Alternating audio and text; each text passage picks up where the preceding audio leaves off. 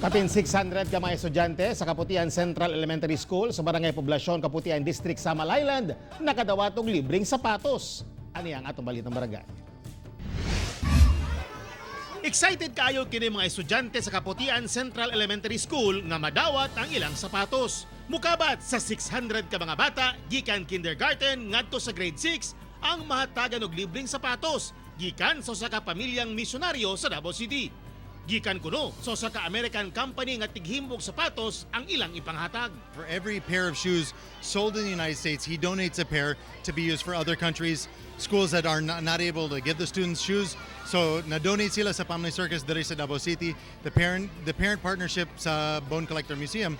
So pagdala mi sa mga lugar outside of Davao City, mga lugar na lisod sa mga bata sa mga sapatos.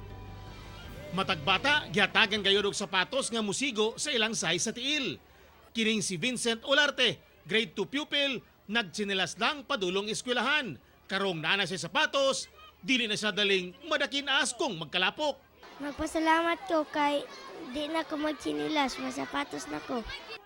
Dulano sa kalibo ka mga pare sa sapatos ang dala sa Family Circus aron masiguro nga matag bata sakto gayon ang size sa ilang tiil.